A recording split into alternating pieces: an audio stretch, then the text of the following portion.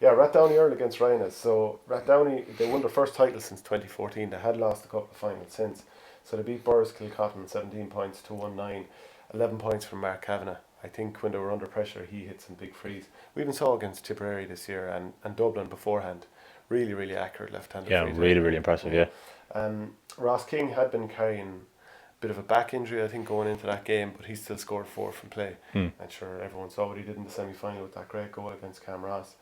But like Ryan's, the way they beat Burr 16 points to 112, scoring 9 of the last 10 points. Like, do you go into this thinking, right, Ryan's showed some heart to pull that back when they looked like they were gone, or do you think, geez, you can't be falling asleep for a lot of the game and have yourself in that much of a hole? Well, the interesting thing wasn't it that the impact they got off the bench in that game. I think did they get 6 points in play off the bench? Well, Stephen Quirk, I think, came on and scored 3 points. I might have mixed up the guy there, but I think he's not back too long from being away. Yeah, so like that was obviously that seems like there was a big reason behind that impact in the kind of the, I suppose, the extra kind of burst they got off the bench. But like what do you do with those guys now? Do you keep them in reserve? Do you start them from the first game in the Leinster? Like, having talked to Michael Verney before, who's currently away in America at the moment, on touring and hooring, no doubt. But I think the big thing is he'd been away and he'd come back and been making big impacts in all his games. And if you know he is quality enough to start, and if a guy's only just back, it's hard to drop other guys for him, even if you know he's probably a better player.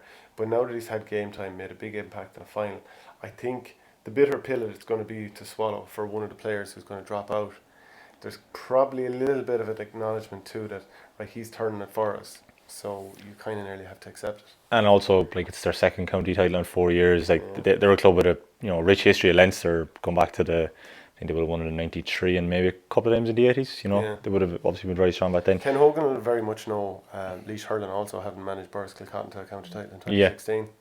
So it's interesting. Yeah, so if you were to call it, very tough one to call. It's in Portlaoise. It's obviously some small help to Rathdowney-Errill.